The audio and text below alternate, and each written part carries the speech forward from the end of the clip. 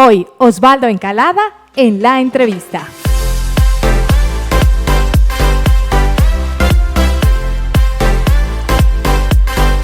Hola, ¿qué tal? ¿Cómo están todos ustedes desde el Hotel Zair de Cuenca? Felices de poderlos acompañar con una entrevista más. Recuerden que en su canal En Escena se pueden ustedes suscribir y mirar todas estas entrevistas increíbles. Gracias a todos ustedes por siempre comunicarse, por darnos like y seguirnos a través de las redes sociales. El día de hoy realmente es un honor, es muy grato para mí. Estoy con el corazón henchido de alegría, de felicidad. Tengo el honor de contar con uno primero que nada, de los maestros más queridos para mi vida y más queridos para muchísimos de todos los comunicadores que pasamos por esas aulas. A más de ello y por sobre todo, un narrador, escritor, filólogo, una persona que ha destacado en las letras, que es una persona que ha ganado también muchísimos premios por su escritura, que a través de sus cuentos, de sus historias, de sus investigaciones, nos ha hecho ir muchísimo más allá en la literatura, en esos recuerdos, en esas narraciones tan importantes. Tengo el honor de presentar al doctor Osvaldo Encalada. Doctor, qué gusto tenerlo con nosotros. Buenos días, Lorena. En primer lugar, pues mi agradecimiento profundo para usted y para todo el equipo que le da el soporte técnico para esta entrevista. Estoy muy encantado, realmente encantadísimo de estar aquí, de conversar con usted y de poder dirigirme a quienes fueron alumnos nuestros en la UDA hace algunos años ya. De pronto pues se acuerdan que trabajamos en el campo de la lengua, de la semiótica, haciendo investigaciones, leyendo, discutiendo, descubriendo nuevas cosas siempre en el plano de la lengua y de la comunicación. Para mí es un gusto, Lorena. Muchas gracias, doctor, por habernos aceptado, por estar aquí en la entrevista. Y vamos a ir escudriñando un poquito el pasado del doctor Encalada. Muchos conocen de sus libros, de las obras, de sus investigaciones. Sin embargo, esa raíz, ese apego a la lectura, a las letras, a la escritura, ¿de dónde viene? La historia es muy larga. Creo que para fijar los límites temporales con cierta precisión habría que ir a los primeros años de la escuela en que yo podía ya leer con soltura, digamos, y me veo en esos años, pues entre 9, 10 años, 8 años quizá, me veo leyendo las revistas antiguas que había, revistas en papel, claro, de aventuras, ¿no? Por ejemplo, de Tarzán, de los superhéroes, de magia, ese tipo de revistas. Me encantaban, ¿no? En ese tiempo recuerdo que había en varios puntos de la ciudad había puestos de alquiler de revistas. Eso subsistió quizá hasta fines de los años 80 posiblemente, por ahí. Bueno, entonces cuando ya no tenía pues a mi alcance en casa las revistas, iba y alquilaba en sus puestos y me quedaba leyendo ahí 2, 3 revistas, costaba 20 centavos el alquiler de cada revista. ¿Quién costeaba esos gastos en esa época? Yo mismo, de mis mínimos ahorros que tenía, pues como sentía tal voracidad por leer, pues prefería ahorrarme unos centavos para poder alquilar las revistas y leer, ¿no? Entonces yo creo que en esos actos iniciales de lectura voraz, como digo, ese deseo de leer y seguir leyendo, está un poco la génesis de mis actos posteriores, ¿no? Porque luego pues ya me veo igual en el colegio, en los primeros años, descubro la biblioteca de mi colegio, el Manuel J. Calle, y encuentro un mundo de libros, ¿no? Entonces poco a poco iba leyendo cosas, encaminando mi interés en la lectura, curiosamente en 2 ámbitos que pueden parecer totalmente distintos, ¿no? Uno era la literatura, pues poesía, relato, novela, pero también leía ciencia. Hay un momento asimismo ya en el colegio en que me descubro a mí mismo, ahora que hago reflexión, me descubro leyendo a Rabindranath Tagore, el poeta hindú, magnífico, premio Nobel además, y al mismo tiempo, en esos mismos momentos, en esos mismos días, leía también a Albert Einstein y la teoría de la relatividad. Entonces, he pensado yo que quizá inconscientemente lo que estaba buscando era una explicación para mí, claro, una explicación del mundo a través de dos vías. La ciencia, por un lado, la ciencia rigurosa como la astrofísica, las matemáticas, y por otro lado, pues una forma de entender el mundo a través del arte, en este caso de la literatura, de la poesía, del cuento, de la novela, ¿no? Yo creo que eso se ha mantenido, porque el caso de cuando explicaba semiótica es una ciencia. Ajá. Y cuando estudiaba o cuando leo, pues hasta ahora en mi caso, pues leo poesía que me encanta, narrativa que me encanta.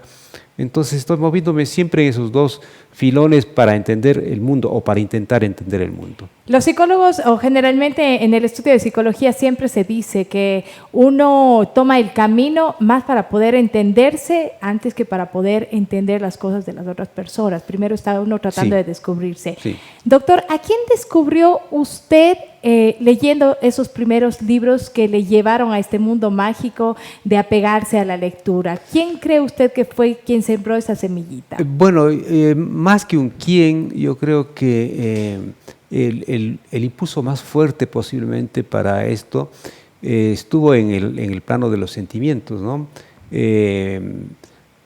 Pues en los primeros años del colegio recibo el golpe del enamoramiento.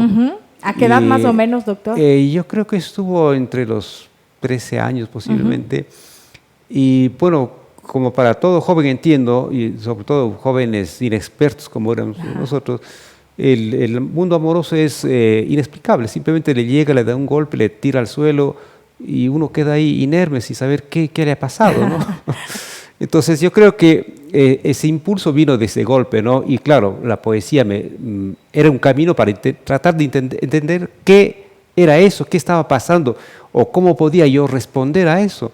Y justamente ante esa situación de colapso espiritual, leía a Neruda, a Pablo Neruda, por ejemplo, justo en esos días, ¿no? Leía las 20 canciones de amor, 20 poemas de amor y una canción desesperada. ¿Qué más desesperado que yo para tratar de entender qué era lo que había pasado con los sentimientos, ¿no? Yo creo que ese cúmulo de cosas se suman y van un poco explicándome a mí mismo, pues, qué es lo que estaba pasando conmigo, cómo debía enfrentar esos hechos, cómo enfrentar el mundo también. Y quizá eso pues ya continuó luego con lecturas un poco más orgánicas, más sistemáticas, con más disciplina, pues, y eso he seguido haciendo, ¿no? Leyendo, investigando, trabajando, escribiendo, siempre en estas dos ramas, o escribir literatura, cuento corto básicamente, pero también investigación. La investigación es otra forma de entender el mundo. Por ejemplo, la cultura regional en su aspecto de lengua, de antropología, de historia. Es una forma de entendernos qué somos como cultura regional. Como digo, una vertiente. Y la otra vertiente, pues tratar de crear textos en el plano literario. Luego ya de pasar en este plano en el que incursionó a la lectura, a la escritura, también ha incursionado en la cátedra y ha dejado una huella muy grande en todos quienes hemos sido sus alumnos. ¿Qué ha significado la cátedra para usted, doctor? Para mí la cátedra siempre fue una especie de apoyo físico, moral, emocional y económico. Eso tengo que reconocer, porque mi trabajo como docente me daba la oportunidad de tener un salario, un sueldo muy digno que siempre me brindó la Universidad de la SUAY, eso hay que reconocer. Entonces, al tener esa parte importantísima, de alguna forma asegurada, me permitía ya dedicar el resto de energías a lo que realmente quería hacer, ¿no? Lecturas, creación, claro, e investigación también. Entonces la cátedra estaba y está detrás de mí como un aporte, como un apoyo firme, totalmente firme, sólido, para seguir proyectándome hacia adelante. ¿Qué recuerdos tiene usted de sus alumnos? Lo pregunto esto porque ahora que me he dado la oportunidad, la vida también, de tener grupos de chicos a las cuales enseñar un poco de lo que uno sabe, uno tiene anécdotas muy bonitas. ¿Qué recuerdos tiene usted, doctor, después de tener a todos estos grupos de muchachos indisciplinados que hemos pasado por la Escuela de Comunicación? No, yo tengo muchísimos recuerdos y creo que en el 99,99 positivos, ¿no? Mi contacto, mi relación con los estudiantes siempre fue, y yo procuraba que así fuera, siempre fue de lo más cordial, de lo más respetuoso, por ambas vías. Es decir, yo pues ofrecerles todo el respeto y recibía eso, el respeto de mis estudiantes, la comprensión, no tanto hacia mí mismo como persona, sino al proceso que estábamos haciendo. De pronto, si queríamos aprender qué no hay que decir en lengua, qué no hay que escribir en lengua, qué no hay que hacer, en fin, entonces era esa empatía para entender esas cosas más que nada, ¿no? Y claro, yo tenía un poco hablo en pasado, tenía un poco ese cuidado de estarles sometiendo constantemente a una evaluación sobre eso mismo, para que no se dispersaran de la cabeza los conocimientos que íbamos adquiriendo. Entonces, para mí siempre fue una práctica muy gratificante, emocionante, y yo creo que eso que sentía yo, de alguna forma también los estudiantes percibían, ¿no? Y pues hasta ahora recibo muestras de mucho aprecio de mis estudiantes, de afecto, de recuerdo, de risas a veces, ¿no?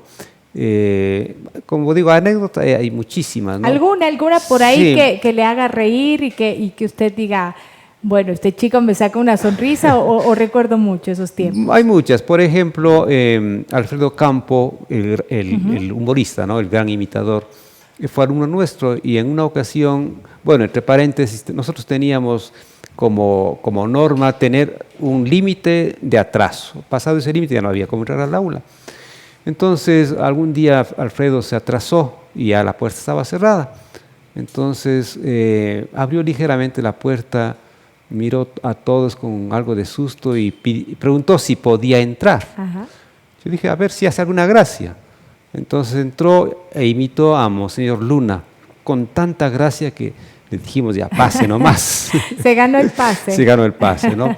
En otra ocasión, Juanita Aguilera, asimismo por alguna razón se atrasó y a la puerta estaba cerrada. Yo nunca ponía llave, pues, estaba la puerta cerrada y ya era señal de que no Uno había ya cómo sabía, pasar. ¿sí? Entonces Juanita llegó, vio la puerta cerrada, pues no se amilanó, abrió la puerta, miró a todos adentro, muy brava, seria. Entró, cerró la puerta, se acercó a mí, me dio un beso y se fue a sentar en la silla con los brazos cruzados. Y todos nos quedamos helados de la impresión.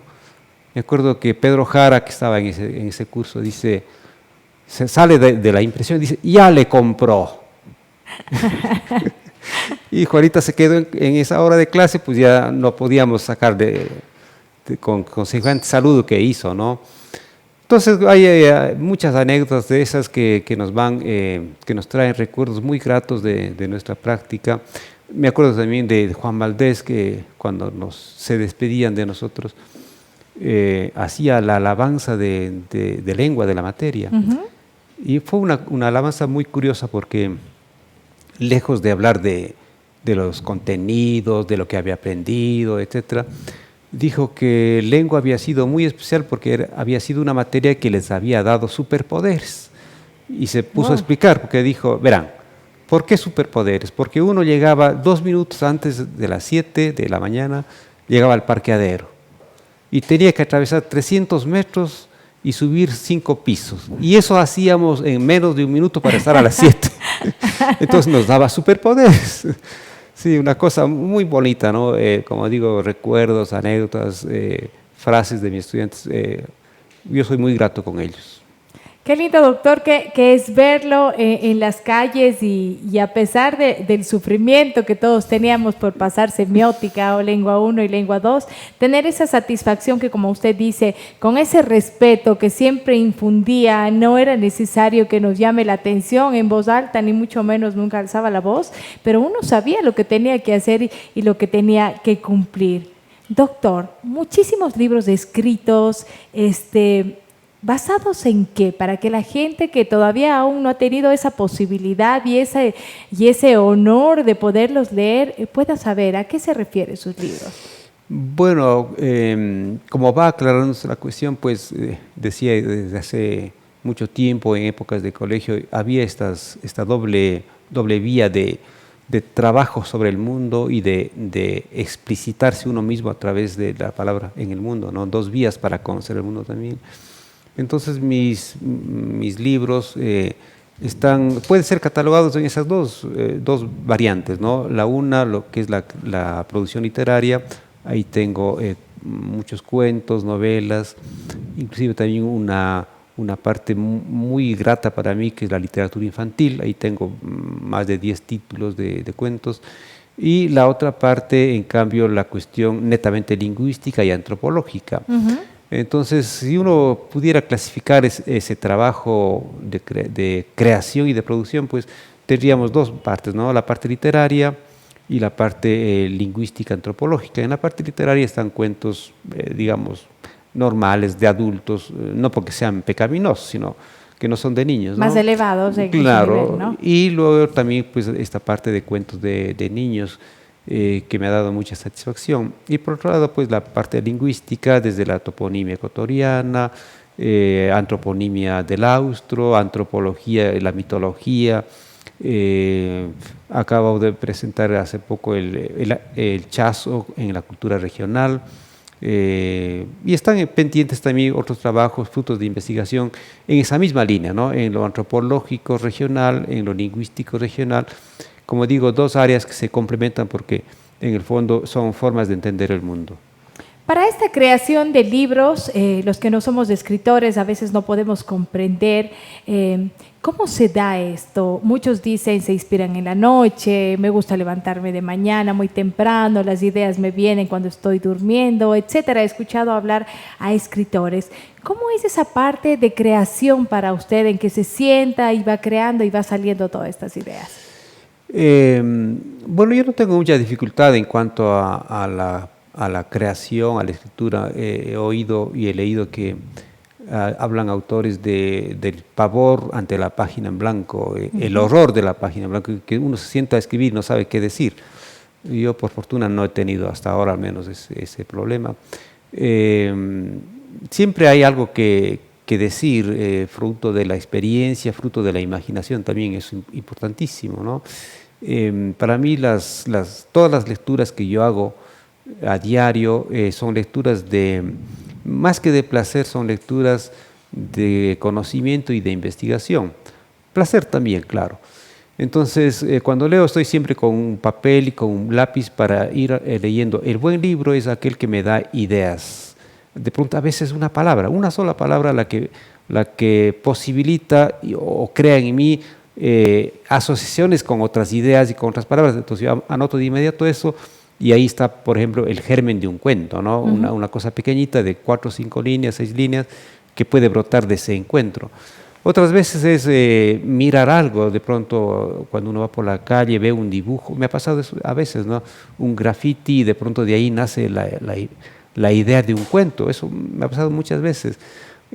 O escuchar a la gente lo que habla, imaginar, soñar también a veces, leer poesía de pronto me trae imágenes, ¿no? Entonces yo tengo por ahí esas fuentes. Y para la cuestión de la investigación, pues simplemente fijarse en la enorme riqueza cultural de nuestro pueblo, ¿no? Desde la vestimenta, desde la parte de la alimentación, las colores, costumbres, horarios, todo, ¿no? Eso, ¿no? Exactamente. Entonces, esas son para mí las fuentes de inspiración para todos mis trabajos. ¿Y esa creación tiene a lo mejor algún lugar en especial en su hogar en el que diga, hoy me voy a encerrar en el estudio durante 3 horas, por favor, que nadie toque mi puerta? ¿Cómo es esa creación, doctor? Bueno, sí hubo ocasiones en que hacía eso, ¿no? Recuerdo, por ejemplo, hace casi unos 20 años, había decidido escribir una serie de cuentos de ambientación oriental, tipo Las Mil y Una Noches. Entonces solía levantarme a eso de las 4 de la mañana para escribir. Claro, en ese momento no hay ningún ruido, todo está tranquilo, silencioso. Escribía de largo, 2 horas y media, 3 horas, sin ninguna perturbación. Pero después de eso he dejado ya esa costumbre y, como digo, al no tener problemas de concentración realmente, pues puede ser cualquier hora del día, ¿no? Igual que para la lectura, en cualquier sitio puedo leer con facilidad, no requiero de un espacio demasiado adecuado para esa actividad. Cualquier sitio es bueno. Bueno, tengo aquí una pollita de todos los libros, algunos de ellos, y quería preguntarle, de todos los que usted ha escrito, La superstición y cultura en el Ecuador, Azuay, las razones de un hombre, Arturito y Bonifacio, Las palabras y la cultura, y tantos libros más que ha hecho, ¿cuál de ellos a usted le ha llevado a sentir más apego? A que diga, esta es una obra que yo realmente la quiero, tal vez por el tiempo en el que escribió, por la situación en la que se encontraba. ¿Con cuál ha tenido apego? Realmente no es muy fácil decir eso, ¿no? Porque creo que, o como les ocurre a las mamás sobre todo, quieren igual a sus hijos, a todos No hay sus hijo hijos. predilecto, ¿no? Yo creo que sí hay pequeñas predilecciones, en las mamás también hay eso, claro. Sin duda. Pero esa predilección suele ser por el último hijo, es decir, por el más pequeñito, El ¿no? más chiquito, Exactamente, como decimos, claro. ¿no? Entonces, de pronto para mí la predilección va hacia el último libro al que se está gestando este momento, ¿no? Por ejemplo, este rato está ya en proceso el libro titulado Mitología, Azuay Ocañari. Ese libro está pues muy cercano a mí, a mis afectos, y posiblemente ese sea el principal y el primordial en este momento, el protegido y todo. Pero pasará un tiempo y vendrá otro, y ese será el nuevo protegido, ¿no? Sin embargo, en todo el contexto de mis trabajos de creación, sí siento cierta, ¿qué diré?, predilección por los textos infantiles. Y tengo una razón para decir eso, porque esos textos me permiten quitar todas las trabas a la realidad y meterme de lleno en la simple magia, en la fulguración de la palabra, de la magia. No hay límites. No hay límites, ¿no? Entonces ahí empiezo a jugar con las palabras, deformar las cosas. En este momento estoy prácticamente acabando un texto que quería llamarse La Escuela de los Saltamontes. Luego le cambié de título a Bicho, simplemente Bicho. Bueno, una parte de esa historia es que, y ocurrió porque un día encontré en mi casa un saltamontes muy pequeñito, creo que era una cría de saltamontes, que apenas podía moverse, y le puse en la mesa y caminaba con dificultad. Entonces me dije, si este es un saltamontes, todavía no es un saltamontes, será apenas un saltarenas. Y entonces dije, bueno, pues tiene que haber una escuela para saltamontes, para que aprendan a saltar primero un granito de arena, después una hierbita, después ya algo más grande, hasta ser finalmente un saltamontes, ¿no? Entonces ese texto se está formando este ratito, y como digo, me permite, los textos infantiles me permiten eliminar las barreras del realismo, meterme en la magia y decir todo lo que no se puede decir en la vida real, se puede decir ahí porque es permitido en la literatura.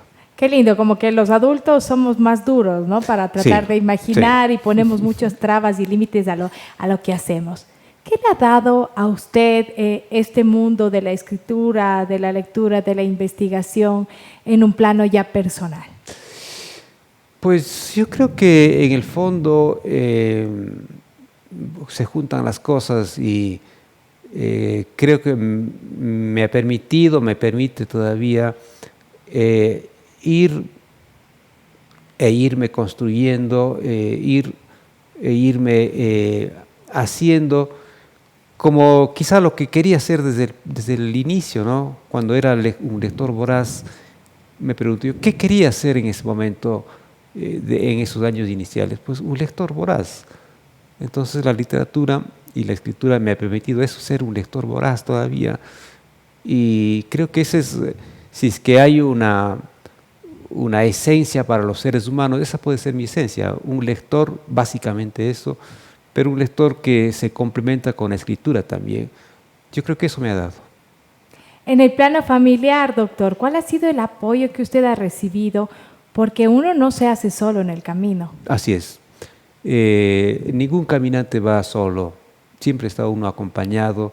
a veces de la voz, de la palabra, del consejo, pero también acompañado de una presencia que de pronto uno puede decir solo es presencia, pero la presencia realmente es importantísima porque hay diálogos callados, ojo, ¿no? Hay diálogos callados, hay diálogos de cercanía de 10, 20 centímetros, hay diálogos de presencia que están ahí, que son para uno importantísimos porque son, como decía en el caso de la UDA, ese apoyo, ese soporte.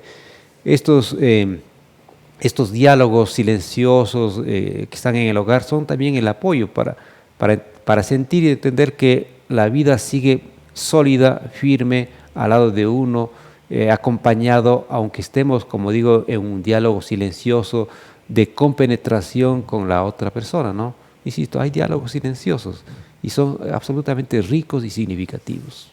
Qué lindo saber, ¿no? De esos diálogos que están ahí presentes y que deberemos nosotros ser más perspicaces en entenderlos, en darnos cuenta.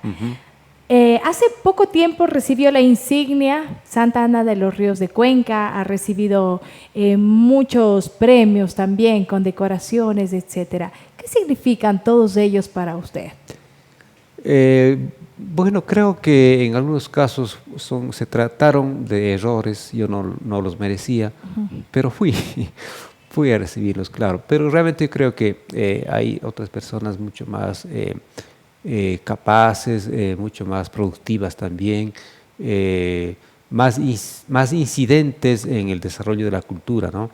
Para mí esos actos fueron, como digo, pues, reconocimientos demasiado generosos para mí, pero que los he aceptado como que vienen no exactamente a mi ser individual, singular, sino que vienen a una especie de ser colectivo que es obviamente mi familia y toda la comunidad en la cual me desarrollo, y eso significa pues comunidad educativa de estudiantes. Yo no me concibo sin mis estudiantes, por ejemplo, ¿no?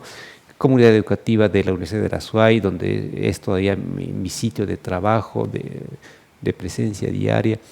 Yo creo que es un poco ese reconocimiento, pero digo, a ese ser colectivo que viene con uno, que está ahí al lado de uno, que está detrás de uno, a veces delante de uno, pero que está siempre con uno, ¿no?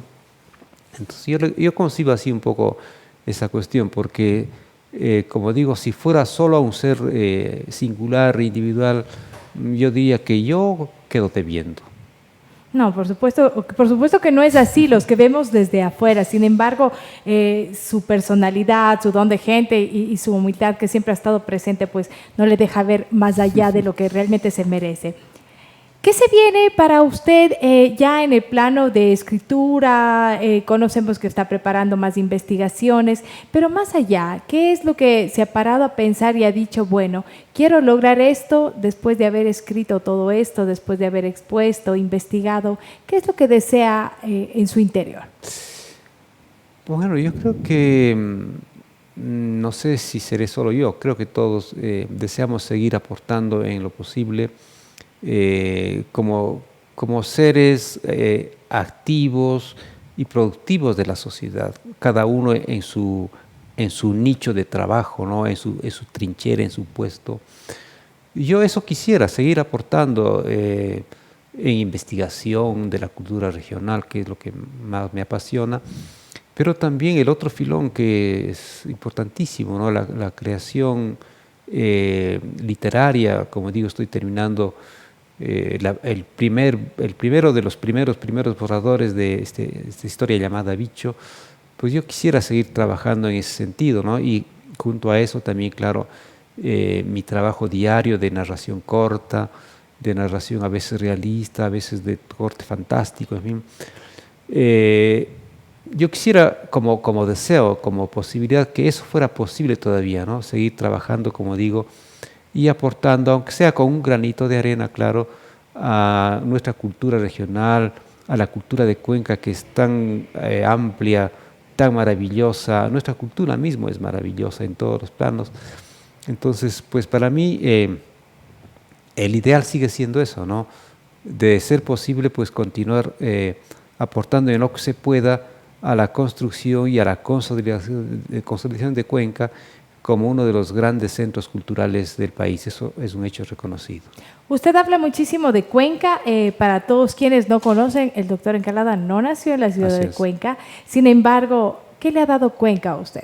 Bueno, Cuenca me ha dado absolutamente todo.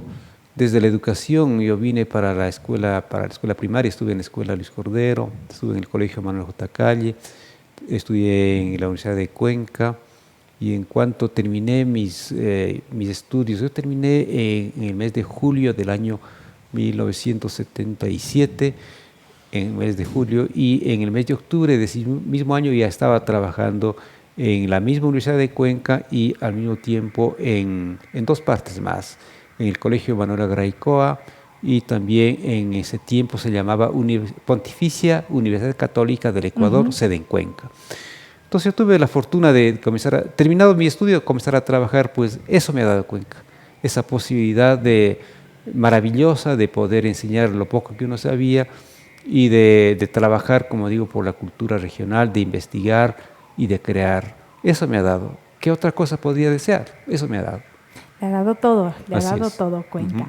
Doctor, antes de finalizar, yo quisiera mostrar, perdón que le retire un ratito, Cuentos Reunidos es el último hijo suyo, digámoslo así, de todos los libros que usted ha escrito. Estuve hojeando un poco por ahí de alguien que me había prestado. Están unas historias bastante llamativas y que nos dan a la lectura rápida, digo yo, que uno se engancha con esto.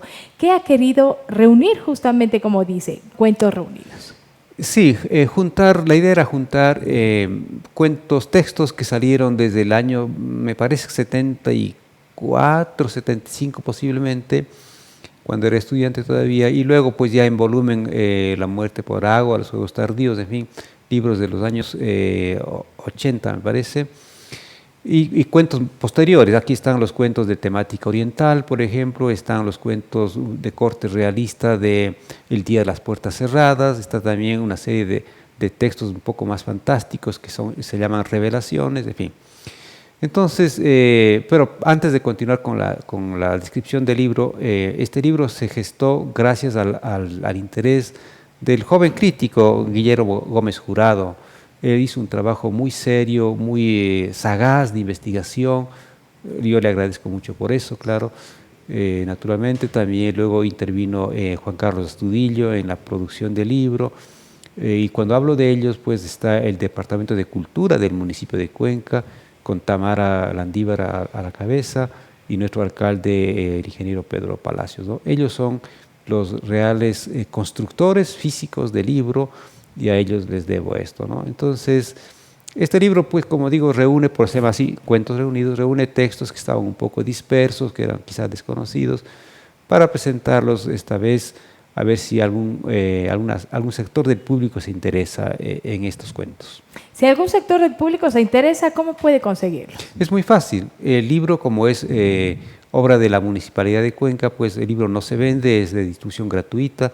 Lo que hay que hacer es molestarse un momentito a la Escuela Central, entre las calles Gran Colombia y Benigno Malo, acercarse a la biblioteca y decir yo vengo por el libro y se le va a entregar. Inmediatamente, así de fácil. Así es de fácil, sí. Doctor, ha sido realmente un honor para mí poder compartir un poquito de usted para que el resto de las personas también conozcan más allá de todo lo que sabemos de usted, pero también saber esa inspiración que nos ha contado, saber de dónde salen sus relatos, cómo es que hace para escribir y para regalarnos tantos cuentos e historias que muchos tenemos el honor de leerlo. Muchísimas gracias por acompañarnos. Realmente, nuevamente, repetir esta palabra, honor, honor, honor, porque realmente así lo siento y pues ha sido un gusto tenerlo aquí en la entrevista.